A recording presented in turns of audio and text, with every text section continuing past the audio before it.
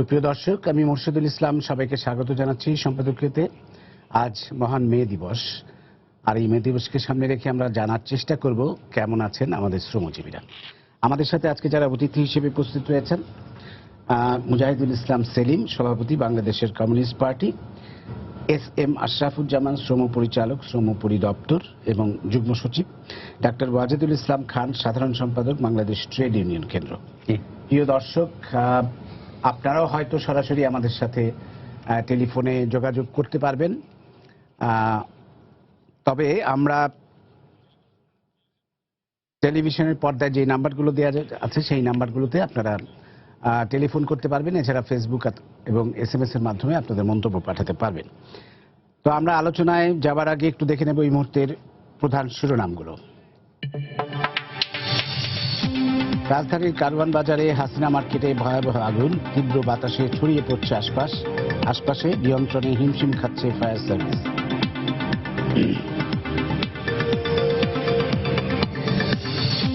তীব্র দাবদাহের পর রাজধানীতে কালবৈশাখী ঝড় সহ মুষলধারে বৃষ্টি, বাইরে বেরিয়ে গা জুড়িয়ে নিলেন অনেকে।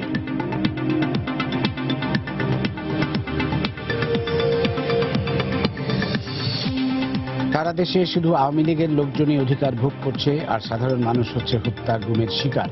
সোহরাওয়ার্দী উদ্যানে শ্রমিক সমাবেশে বেগম জিয়া।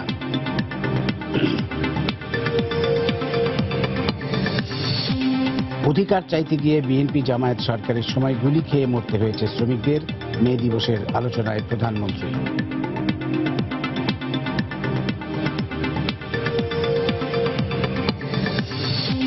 মহান মে দিবসে দেশজুড়ে বর্ণাঢ্য র্যালি ও সমাবেশ, মালিক শ্রমিক ব্যবধান কমিয়ে আনার আহ্বান। এখনও ন্যায্য অধিকার বঞ্চিত হাজার হাজার শ্রমিক।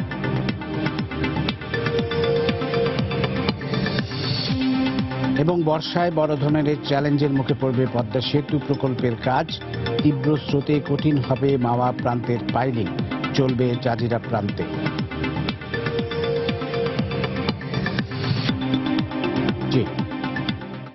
অল্প কিছু সময় পাবো আমাদের আলোচনার জন্য আজকে মে দিবস উপলক্ষে। আমি প্রথমেই সেলিম ভাই আপনার কাছে জানতে চাইবো যে আমাদের শ্রমিকরা ঠিক কেমন আছেন, আপনি কি মনে করেন তারা যথাযথ মজুরি পাচ্ছেন না? অভিযোগ আছে আমাদের যে ন্যূনতম মজুরি বা তাদের নিরাপত্তা, এই বিষয়গুলো একটু সংক্ষেপে। না, প্রথমেই আমি কারওয়ান বাজারের ঘটনার প্রতি সমস্ত দেশবাসী একটু উদ্বেগ নিয়ে তাকিয়ে আছে। এটা দ্রুত আগুন পূর্ণভাবে বন্ধ হোক এবং যারা ক্ষয়ক্ষতি হয়েছে তাদের প্রতি আমি সহানুভূতি জানাচ্ছি।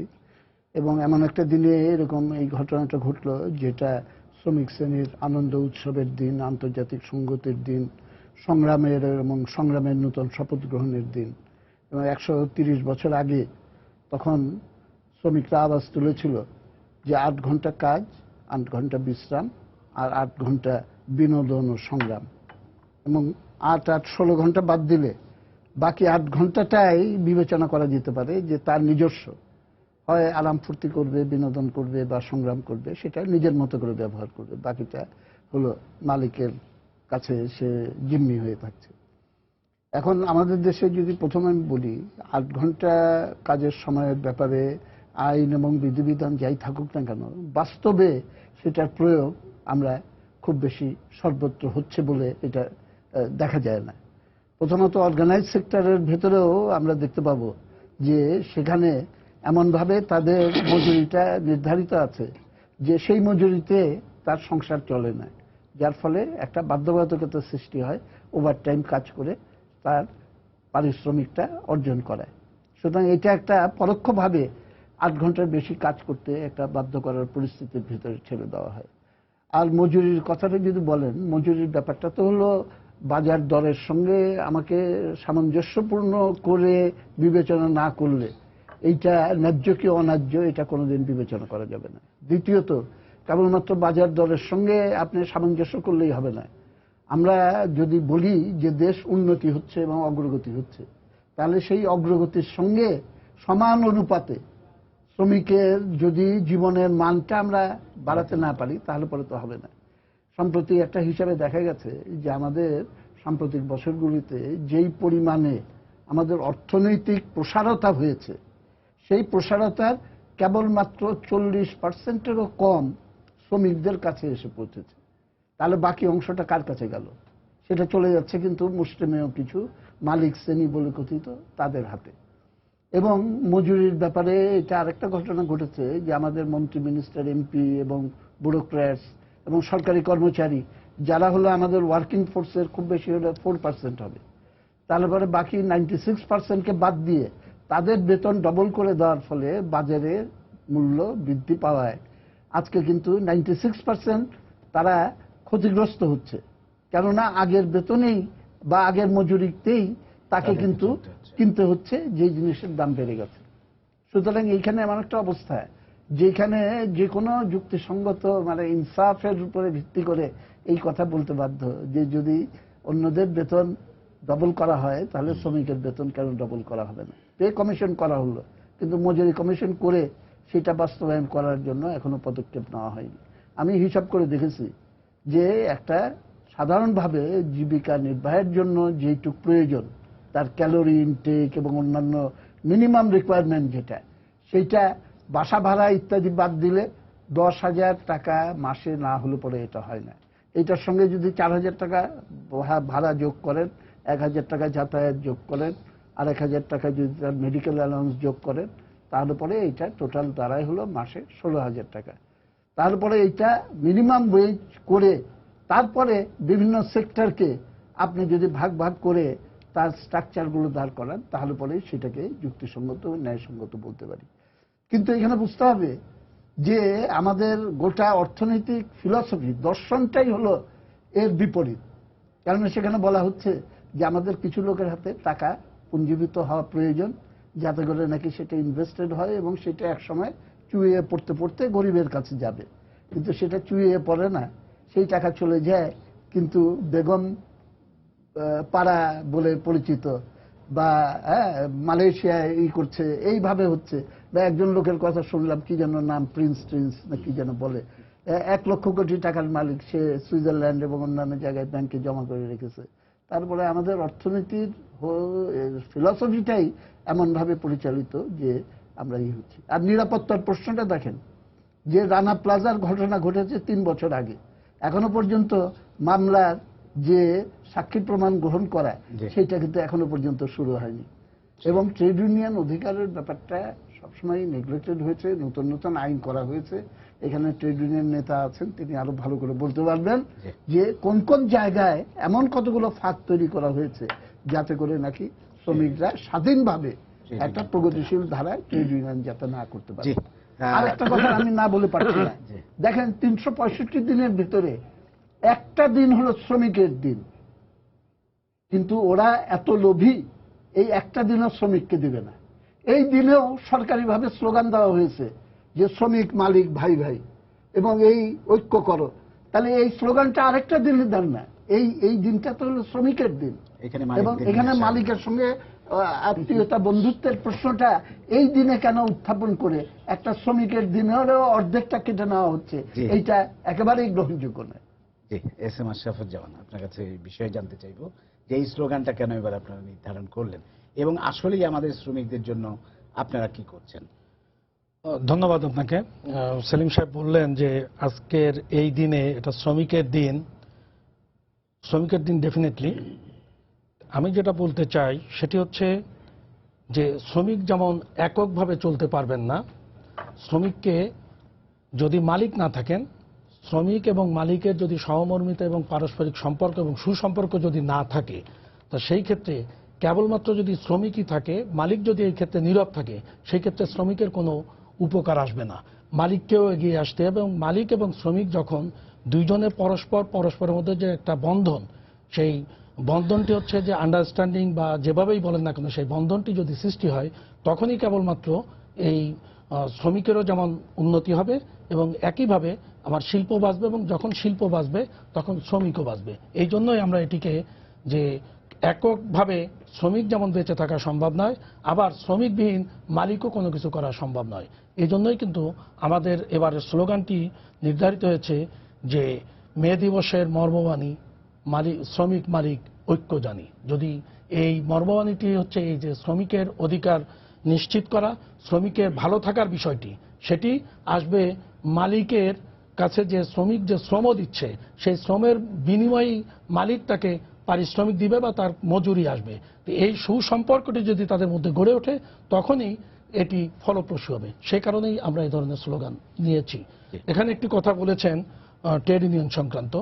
আমি মনে করি এবং বর্তমান বাংলাদেশ সরকারের পক্ষ থেকে ইতিমধ্যেই আমাদের যে লেবার আইন, যেটা লেবার অ্যাক্ট 2006, এটিকে আরো বেশি যুগোপযোগী করে এবং এটিকে পরিমার্জন করে 2006 থেকে এটিকে 2013-তে অ্যামেন্ডমেন্ট করা হয়েছে এবং সেই অ্যামেন্ডমেন্টে শ্রমিকের অধিকারকে আরো বেশি গুরুত্ব দেওয়া হয়েছে এবং অধিকারকে নিশ্চিত করার জন্য চেষ্টা করা হয়েছে। এবং তারই সূত্র ধরেই যে ইতিমধ্যেই কখনোই বাংলাদেশের ইতিহাসে কখনোই শ্রম আইনের উপরে কোনো বিধিমালা ছিল না, যে বিধিমালা না থাকার কারণে যে শ্রম আইনটি বাস্তবায়নের ক্ষেত্রে অনেক ধরনের লুফলস থেকে গেছিল। এই বিধিমালাটি বাস্তবায়ন হওয়ার পরে এখন এটিকে অধিকারটিকে আরো বেশি নিশ্চিত করার জন্য কার্যক্রম নেওয়া হয়েছে এবং আমি মনে করি যে ট্রেড ইউনিয়ন অর্থাৎ শ্রমিকের অধিকার বাস্তবায়নের জন্য যে কার্যকরী পদক্ষেপ নেওয়া হয়েছে, পদক্ষেপ দিন দিন বৃদ্ধি পাচ্ছে এবং শ্রমিকের অধিকার নিশ্চিত করা হচ্ছে। এ বিষয়ে সরকার যথেষ্ট আন্তরিক এবং সে আন্তরিকতার সূত্র ধরেই এই শ্রমিক অধিকার নিশ্চিত করার জন্য যেমন কাজ হচ্ছে, একইভাবে শ্রমিক যাতে ন্যায্য মজুরি পায় এবং সেই মজুরি পাওয়ার ক্ষেত্রে সরকারের যে ভূমিকা, সরকার সেই ভূমিকাটি পালন করছে বলে মনে করি। ধন্যবাদ আশরাফুজ্জামান। আমি ডক্টর ওয়াজেদুল ইসলাম খান আপনার কাছে যাব দুজনের আলোচনার পরিপ্রেক্ষিতে। জি, ধন্যবাদ আপনাকে এবং আপনার মাধ্যমে আমাদের দেশে এবং বিশ্বের শ্রমজীবী মানুষের প্রতি আমার রক্তিম শুভেচ্ছা এবং অভিনন্দন মে দিবসের। একই সাথে আজকে কারণ বাজার যে ঘটনা ঘটে গেল সেটা প্রতি আমাদের সমবেদনা প্রকাশ করছি। আমি মনে করি যে আসলে মজুরির বিষয়টা একটা মারাত্মক বাংলাদেশে বৈষম্য বিরাজ করছে। আমি অন্য প্রাইভেট সেক্টর, স্টেট সেক্টর এবং বিভিন্ন সেক্টর বাদই দিলাম। আমি শুধু একটা উদাহরণ দেই যে আমাদের বেতন কমিশন হচ্ছে, সেই বেতন কমিশনে একটা কারখানা, রাষ্ট্রায়ত্ত খাতের একটা কারখানার সে জেনারেল ম্যানেজার থেকে আরম্ভ করে পিয়ন, সুইপার পর্যন্ত তার বেতন ডাবল হয়ে গেছে ওই কারখানায়, রাষ্ট্রায়ত্ত কারখানায়। কিন্তু সেই কারখানায় যারা মাথার ঘাম পায়ে ফেলে উৎপাদন দিচ্ছে তাদের কিন্তু 1% মজুরি বৃদ্ধি হয়নি, অথচ বাজার কিন্তু একই। সুতরাং এটা আমাদের দেশে খুবই দুঃখজনক। আমরা মজুরি কমিশন দেওয়ার কথা বলছি, এখনো দেওয়া হচ্ছে না। সুতরাং আমরা যেটা বলেছি জাতীয় ন্যূনতম মজুরি 10,000 টাকা, এটাও যদি হিসাব করে দেখি 4টি পরিবারের, সেক্ষেত্রে যদি দেখা যায় এটাও অপ্রতুল। সুতরাং মজুরি আমরা মনে করি যে এই বৈষম্য দূর হওয়া উচিত এবং তার পাশাপাশি অধিকারের ব্যাপারটা বললেন উনি যে শ্রম আইন অ্যাক্ট যেটা হয়েছে 13-তে প্রণীত বিধিমালা তৈরির চেষ্টা চলছে। বিধিমালা এটা একটা শুভ উদ্যোগ, কারণ এটা আগে ছিল না। কিন্তু অ্যাক্টে যে দেখি আমরা শ্রমিকদের অধিকার আরো কিছু, মানে আমাদের যে আইএলও কনভেনশন 87 এবং 98, যার দ্বারা শ্রমিকদের ওভার ট্রেডিং করার অধিকার নিশ্চিত করা আছে এবং যত দরকার সৃষ্টি করার কথা আছে, সেটি প্রতিফলন আপনি শ্রম আইনে আসে নাই। ঠিক একইভাবে আমরা বলবো যে ট্রেড ইউনিয়নটা এত গুরুত্বপূর্ণ, যেটা আমাদের মালিকরা বুঝেছেন না কিংবা এটা সেভাবে গুরুত্ব দিয়ে দেখা হয় না। কারণ ট্রেড ইউনিয়ন কিন্তু শুধু শ্রমিকের স্বার্থে তা না, কারণ আমরা মনে করি শিল্পে মালিক এবং শ্রমিকের সুসম্পর্ক এবং শিল্প বিকাশের জন্য ট্রেড ইউনিয়নটা খুবই প্রয়োজন। কারণ সোশ্যাল ডায়ালগ ছাড়া আপনি সমস্যার সমাধান কি করে করবেন? রাস্তায় হাজার হাজার শ্রমিক নেমে যাবে, তার দুইটা ফল হতে পারে। একটা হতে পারে যে যদি সংগঠিত শক্তি হয় সেটা, তাহলে আলাপ আলোচনার মাধ্যমে একটা ফয়সালা হতে পারে। আরেকটা হতে পারে যদি সংগঠিত শক্তি হয় তাহলে এটা নৈরাজ্যের সৃষ্টি হবে। আমরা নৈরাজ্য চাই না, আমরা সমাধান চাই। সেই ক্ষেত্রে শ্রমিকদের ওভার ট্রেডিং অধিকার নিশ্চিত করা, যেটা বাংলাদেশ গভর্নমেন্ট 87-98 অনুসমর্থিত করেছে। সুতরাং অনুসমর্থিত করা মানে mandatory for the government to implement it, কিন্তু সেটা হয়নি। আর রানা প্লাজার পরে কয়েকটি প্রায় 120টা না কয়টা ইউনিয়ন হয়েছে, সেগুলো যদি বলেন এখন প্র্যাকটিক্যালি দেখা যাবে যে সেগুলোর অস্তিত্ব নাই। তার মেইন কারণ হলো মালিকরা সেই ইউনিয়ন উপরে এমনভাবে নির্যাতন এবং জুলুম চালিয়েছে যে সেই মালিক সেই ইউনিয়নের নেতারা আর সেই কারখানায় চাকরি করতে পারছে না। সুতরাং আমরা মনে করি যে শ্রমিকরা অধিকার হারা, শ্রমিকরা তার প্রাপ্য মজুরি থেকে বঞ্চিত, এবং সেক্ষেত্রে শ্রমিকরা ভালো আছে এই কথা আমরা কোনোভাবে বলতে পারি না। এবং আমি মনে করি শ্রমিকদেরকে আশ্রয় নিয়ে আইন করে, আইন আছে কিন্তু কার্যকারিতা নেই, এই হলো সমস্যা আমাদের। কিন্তু শ্রমিকদের সবচেয়ে বড়, মালিকের জন্য সবচেয়ে বড় যে বিষয়টা, শ্রমিকদেরকে আশ্রয় নিয়েই শ্রমিকের বিকাশ ঘটানো সম্ভব। কিন্তু শিল্প, শ্রমিক, মালিক এক, এই ভিত্তিতে কোনোদিনই এটা হতে পারে না, কারণ দুটো স্বার্থ তো ভিন্ন অবস্থান। মালিক হলো তার মুনাফা দেখবে কিংবা লাভ দেখবে, আর শ্রমিক হলো তার সমস্যার সমাধানের জন্য তার ট্রেড ইউনিয়ন করবে। সুতরাং ঐক্য এটা হয় মানে যে ইস্যু যদি হয় তাহলে তার ভিত্তিতে ঐক্য হতে পারে, কিন্তু এছাড়া তো ঐক্যের কোনো সম্ভাবনা আমি ওই জায়গাটা একটা প্রলেপ ছাড়া আর কিছু মনে করি না। আমি মনে করি যে আমাদের মালিকরা হলো আমাদের এই শিল্পে শ্রমিকদের ট্রেড ইউনিয়ন অধিকার সহ শ্রমিকদের অধিকার যে বঞ্চিত করা, সেক্ষেত্রে আইন যতটুকু আছে তারও যদি কার্যকরিত হতো, ইউনিয়ন করতে যায় যদি বাধা না দিত, তাহলেও কিন্তু একটু সুস্থ ধারা ট্রেড ইউনিয়ন, প্রতিনিধিত্বমূলক ট্রেড ইউনিয়ন করে উঠলে আমাদের দেশের শিল্প বিকাশ এবং শিল্প এবং মালিকের সুসম্পর্ক আরো উন্নত হতো এবং সেই শিল্পের বিকাশও সম্ভব হতো। আমি একটু ডক্টর ওয়াজেদের সাহেবের কথার সূত্র ধরে বলতে চাই, সেটা হচ্ছে যে উনি বলেছেন যে রানা প্লাজার পূর্বে 100 কতটা ছিল এবং তারপরে 100 বা এরকমের নতুন রেজিস্ট্রেশন বা নতুন ট্রেড ইউনিয়ন হয়েছে। সেটি হচ্ছে যে আমি একটি ইনফরমেশন ওনাকে দিতে চাই এবং এট দ্য সেম টাইম এই ইনফরমেশনটি দেশবাসীরও জানা প্রয়োজন। সেটি হচ্ছে রানা প্লাজার পূর্ব পর্যন্ত শুধুমাত্র গার্মেন্ট সেক্টরে, উনি যেহেতু ওই কথাটি আসছে গার্মেন্ট সেক্টরকেই মূলত টার্গেট করে, যে গার্মেন্ট সেক্টরে 132টি ট্রেড ইউনিয়ন ছিল রানা প্লাজার দুর্ঘটনার পূর্বে। রানা প্লাজা দুর্ঘটনার পরে এ পর্যন্ত 132টির পরে আরো অতিরিক্ত 351টি ট্রেড ইউনিয়ন রেজিস্ট্রেশন শুধুমাত্র গার্মেন্ট সেক্টরে হয়েছে এবং এটি দিন দিন বৃদ্ধি পাচ্ছে। ধন্যবাদ। হয়তো কোনো এক সময় আমি বলতে চাই যে উনি বলছেন যে গত বছরে কোনো এক সময় হয়তো কোনো কারণে, যেমন আবেদন যদি কম করে বা আবেদন করার পরে নিজেরা প্রত্যাহার করে নেয় অথবা আইনগত জটিলতার কারণে হয়নি, সেটা হতে পারে। এটা সরকার বা এই ডিপার্টমেন্ট, আমরা যেটা জানি যে রেজিস্ট্রেশন হওয়ার পর মালিকদের চাপে মালিকরা চাকরিচ্যুত করে, তখন আবার আপনারা বলেন যে 1/3 শ্রমিক না থাকলে ট্রেড ইউনিয়ন করা যাবে না, নিয়ম। আপনারা অনেক সময় বলেন যে 1/3 নাই, মালিকরা হয়তো ভুয়া সংখ্যা দেখায়, নানা অজুহাতে। আমরা এটা জানি,